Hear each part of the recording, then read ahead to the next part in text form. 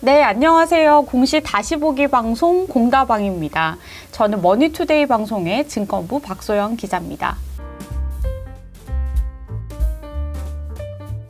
코로나19를 계기로 국내 건강기능식품 시장이 굉장히 크게 성장을 하고 있죠. 그 5조 원 건기식 시장을 잡기 위해서 제약은 물론이고 식품, 화장품 업계까지 다 뛰어들었는데요.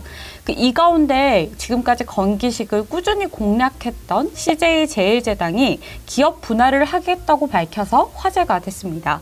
오늘 공다방에서 준비한 메뉴는 기업 분할 공시입니다. CJ제일제당은 23일 공시를 통해서 건강사업 CIC, 그러니까 사내 독립기업을 신설법인으로 분사하겠다고 밝혔습니다. 신규 법인명은 CJ웰케어고요. 그리고 분할 기일은 내년 1월 1일로 나와 있습니다. CJ웰케어의 자본금은 5억 원이고 발행 주식 총수는 100만 주라고 나와 있네요. CJ제일제당이 100만 주의 주식을 전부 취득하기로 결정을 했기 때문에 이제 CJ웰케어는 향후 CJ제일제당의 100% 자회사가 됩니다.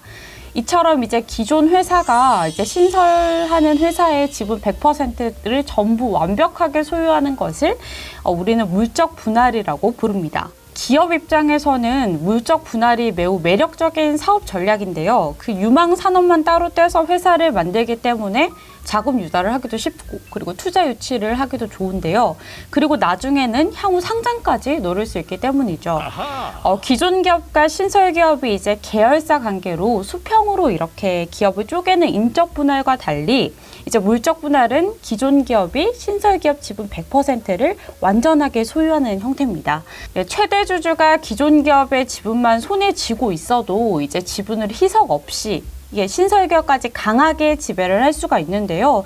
이 과정에서 최대 주주는 따로 비용을 부담할 필요도 없습니다. 하지만 이제 기존 회사의 주주라면 물적 분할로 좀 손해를 보는 경우가 많습니다.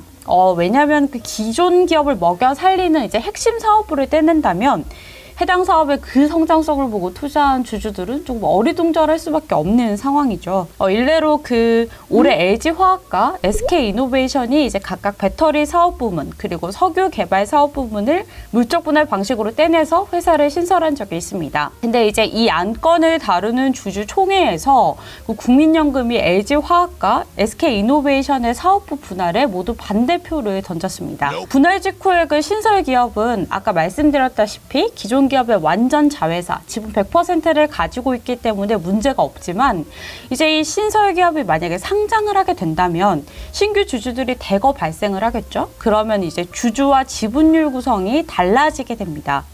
이 과정에서 이제 기존 회사가 가지고 있던 지분 가치 같은 것은 희석될 수밖에 없고 또 만약에 이제 프리 IPO까지 진행을 하게 된다면 이 지분 가치는 더욱 낮아지게 됩니다. 그래서 LG화학과 SK이노베이션 모두 이제 다른 기관들이 찬성표를 던지면서 신설법인을 만들어지긴 했지만 당시 주주들의 반발은 상당했었고요. 그리고 주가도 이제 급등락이 매우 컸습니다. 반대로 인적 분할을 추진한 LG의 경우에서는 이제 한 달 정도 사이에 주가가 37% 정도 뛸 정도로 굉장히 주가가 좋은 모습을 보였어요. 이렇게 지난 사례에서 알 수 있듯 보통 이제 물적 분할은 주가의 악재로 인식이 되고 기존 주주들이 신설 법인의 주식을 부여받는 인적 분할은 호재로 인식되는 경우가 많았습니다. 그렇다면 왜 CJ제일제당이 이렇게 기업 분할을 결정하게 됐는지 한번 배경을 살펴볼게요. 2020년 건강기능식품 시장 규모 전년 대비 6.6% 성장한 4조 9천억 원이라고 합니다. 2016년에 3조 5천억 원이었는데 4년 만에 40% 이상 성장한 거라고 해요. 그리고 올해는 당연히 5조 원 규모를 넘어선 것으로 업계는 추정을 하고 있습니다. 이제 CJ제일제당은 기업 분할을 계기로 미래 먹거리인 이렇게 성장성이 큰 건기식 사업을 전략적으로 육성하겠다고 밝혔는데요. 일단은 식품 사업에서 건강 사업을 완전히 분리를 하고 그리고 연구개발, 마케팅, 영업, 전 밸류 체인에서 독립성을 보장하겠다는 겁니다. 우선 유산균의 경우에는 CJ제일제당의 독자 개발한 식물성 균주 기반의 100억 CFU 이상 고함량 제품 라인업으로 BYO 유산균 브랜드를 좀 더 크게 대형화하기로 했습니다.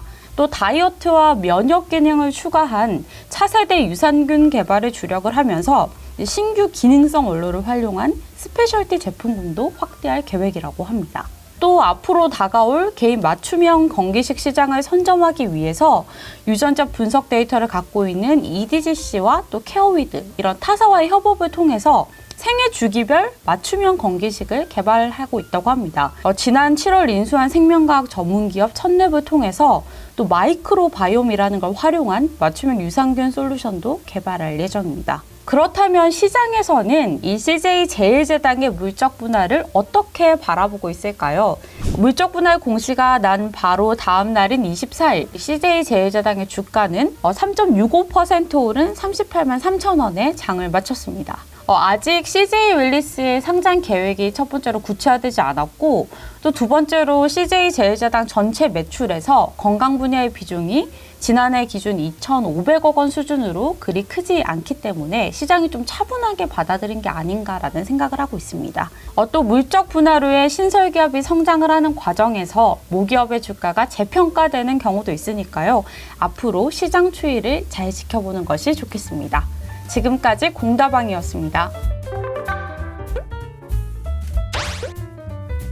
네.